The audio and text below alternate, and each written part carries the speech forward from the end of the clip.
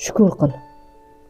Ba'zan hayot seni sindirgandek bo'ladi, ammo aslida seni uyg'otayotgandir. Shu uyg'onishga ham shukur qil. Sen so'ramagan ne'matlar ham bor.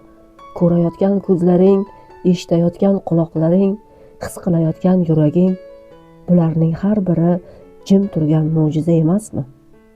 Shukur qil, chunki Alloh seni sinovsiz qoldirmadi. Demak, seni e'tiborsiz ham qoldirmadi. Har bir og'irlik ichida yashirin rahmat bor. Har bir kechikish ortida hikmat bor.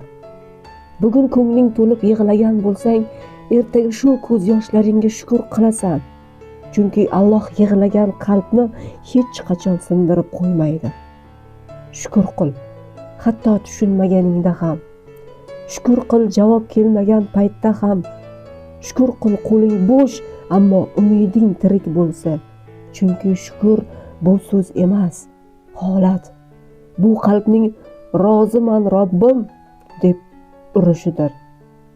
Alloh berganiga rozi bo'lgan yurak hech qachon yo'qotuvchi bo'lmaydi. U faqat o'sadi, tozalanadi, yengillashadi. Shukur qil. Shukur yurakni boy qiladigan ibodatdir.